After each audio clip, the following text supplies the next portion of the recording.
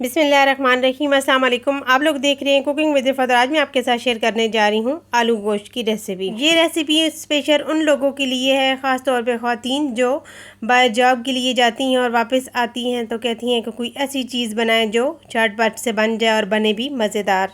तो आज मैं रेसिपी इसलिए शेयर कर रही हूँ कि ये रेसिपी आप बहुत जल्दी और बहुत कम टाइम में झटपट बना के तैयार कर सकें। इस रेसिपी के अंदर कोई ज़्यादा मसालों का इस्तेमाल नहीं करेंगे, 3 से 4 मसाले ही हम ऐड करेंगे। तो मेरी रेसिपी को लाइक और सब्सक्राइब ज़रूर कीजिए, बेल आइकन को भी प्रेस कीजिए ताकि मेरी डेली की नोटिफिकेशन आपको फ्री में मिल सके। तो यहाँ पे मैंने निकाल लिया है फ्रिज से गोश्त और मैंने पानी को बॉयल कर लिया है।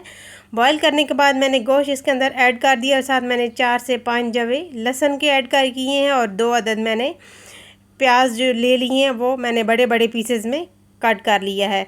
तो इस तरीके से आप बड़े पीसेस में कट कर लें और साथ मैंने हाफ़ टी स्पून डाल दिया नमक। और अब हम करेंगे कुकर को बंद और इसकी लिड लगा के इसे 10 मिनट तक चला देंगे। तो साथ हम तैयारी करते हैं मसाले की। तो मैंने यहाँ पे ले लिया है हाफ़ कप कुकिंग ऑयल और साथ है मेरे पास अदरक का पेस्ट, क्योंकि प्याज और लहसुन हमने पहले ही ऐड कर दी हैं गोश्त के अंदर। तो लहसुन अदरक को हम करेंगे हल्का सा फ्राई ताकि अदरक का जो कलर है थोड़ा चेंज हो जाए। तो यहाँ पे मैं डाल दूँगी हाफ़ टी स्पून नमक। नमक का हम इस्तेमाल पहले भी कर चुके हैं तो नमक का हम कम ही इस्तेमाल करेंगे। तो कश्मीरी लाल मिर्च मैंने हाफ़ टी स्पून डाल दी है और हाफ़ टी स्पून लाल मिर्च का पाउडर और हाफ़ टी स्पून हल्दी पाउडर। बस यही मसाले हम ऐड करेंगे और अब हम इनको करेंगे फ्राई। हल्का सा पानी डाल देंगे ताकि मसाले हमारे जले ना। और साथ मैंने 3 से 4 अदद टमाटर कट करके ये डाल दिए हैं और अब हम करेंगे टमाटर को अच्छे से फ्राई और मसाला रेडी कर लेंगे। और तकरीबन 3 से 4 मिनट के लिए हम टमाटर को पकाएंगे ताकि टमाटर हमारे अच्छे से गल जाएं। तो यहाँ पे आप चेक कर सकते हैं कि टमाटर हमारे बहुत अच्छे से गल चुके हैं और मसाला भी हमारा रेडी हो चुका है, ऑयल अलग हो गया है। तो मैंने यहाँ पे 2 अदद आलू ले लिए थे, इनके मैंने तकरीबन 1 आलू के 4 पीसेस किए हैं। बड़े बड़े पीसेस में मैंने इन्हें कट कर लिया है और कट करने के बाद मैंने इनको मसालों के अंदर फ्राई कर लिया है। तो यहाँ पे जो मैंने गोश्त कुकर के अंदर 10 मिनट के लिए रखा था, आप चेक कर सकते हैं कि गोश्त भी हमारा बहुत अच्छे से गल चुका है और मैंने इसके अंदर पानी भी इतना ऐड किया कि ये सी यखनी के अंदर हम सालन जो है रेडी करेंगे। तो यहाँ पे आप देख सकते हैं कि गोश्त भी हमारा बहुत ही अच्छे से गल चुका है। ये आप देख सकते हैं कि गोश्त हमारा बहुत ही अच्छे से गल चुका है। तो इसको अब हम गोश्त को अलग करेंगे और जो इसकी यखनी इसको अलग कर लेंगे। तो यहाँ पे आप देख सकते हैं कि गोश्त और यखनी जो ये अलग हो गई है। तो अब जो मैंने आलू को मसालों के अंदर फ्राई किया था, आप देख सकते हैं कि ये भी बहुत अच्छे से फ्राई हो गए हैं। आलू को आपने 3 से 4 मिनट तो लाजमी ही गोश्त के इसके अंदर मसालों के अंदर फ्राई करना है। तो अब हम डाल देंगे इसके अंदर गोश्त और आप देख सकते हैं कि जो लहसुन और प्याज मैंने इसके अंदर कट किए थे वो भी बहुत अच्छे से गोश्त के साथ गल चुके हैं। तो ये हम डाल देंगे और अब हम इसको अच्छे से फ्राई करेंगे, यानी कि मसालों के अंदर हम इन्हें अच्छे से भून लेंगे ताकि ऑयल जो है अलग हो जाए।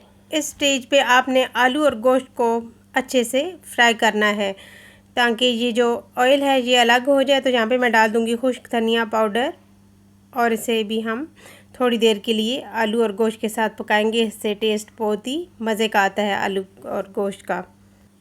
तो आलू और गोश्त हमारे बहुत अच्छे से फ्राई हो चुके हैं और ऑयल अलग हो रहा है। तो अब हम इसके अंदर डाल देंगे जो मैंने गोश्त के अंदर से यखनी अलग कर ली थी, ये डाल देंगे और इसी के अंदर हम आलू और गोश्त को पकाएंगे ताकि जो आलू हैं ये हमारे अच्छे से गल जाए और गोश्त के अंदर अगर कोई थोड़ा बहुत फ़र्क है तो वो भी अच्छे से गल जाए। तो यहाँ पे आप देख सकते हैं कि पानी मैंने डाल दी है और अब हम इसको करेंगे कवर और कवर करके पानी खुश्क होने तक और आलू गलने तक हम इसे छोड़ देंगे। तो यहाँ पे आप देख सकते हैं कि आलू भी हमारे तकरीबन गल चुके हैं और पानी भी हमारा काफ़ी हद तक खुश्क हो चुका है और अब हम इसको यहीं पे ही छोड़ेंगे। तो अब आपको मैं दिखाती हूँ यहाँ पे कि आलू और गोश्त हमारे कितने गले हैं। ये बहुत ही अच्छे से गल चुके हैं। आप भी इसी तरीके से चेक कर लें, अगर आपके आलू गल चुके हैं और गोश्त भी अच्छे से गल चुका है तो आप यहाँ पे फ्लेम बंद कर सकते हैं। और अब हम इसका शोरबा इतना ही रखेंगे और फ्लेम को बंद करेंगे और इसके अंदर मैं मेन चीज़ डालूँगी। ये है मेरे पास मिक्स गरम मसाला, जिसकी मैंने रेसिपी आपके साथ शेयर कर दी है। तो आप भी इसकी मैं डाल दूँगी हाफ़ टी स्पून गरम मसाला और इसे मिक्स करेंगे। मिक्स करने के बाद हम करेंगे फ्लेम को बंद और इसे तकरीबन 3 मिनट तक कवर कर देंगे ताकि ऑयल भी अलग हो जाए और इसका टेस्ट जो है ये सालन के अंदर अच्छे से आ जाए। तो अब हम उठाएंगे इसका ढक्कन और आपको दिखाते हैं कि ये ऑयल भी अलग हो चुका है, आप यहाँ पे देख सकते हैं। और आप इसकी लुक भी देख सकते हैं कि ये कितना अच्छा रेडी हो चुका है। तो ये सालन भी हमारा थोड़ा गाढ़ा हो गया है।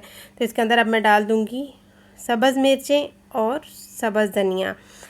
आप इसी तरीके से सालन बनाएं, इंशाल्लाह आपका आलू गोश्त इतना टेस्टफुल बनेगा कि आप यकीन नहीं करेंगे कि कम मसालों के साथ सालन हमारा रेडी हो चुका है।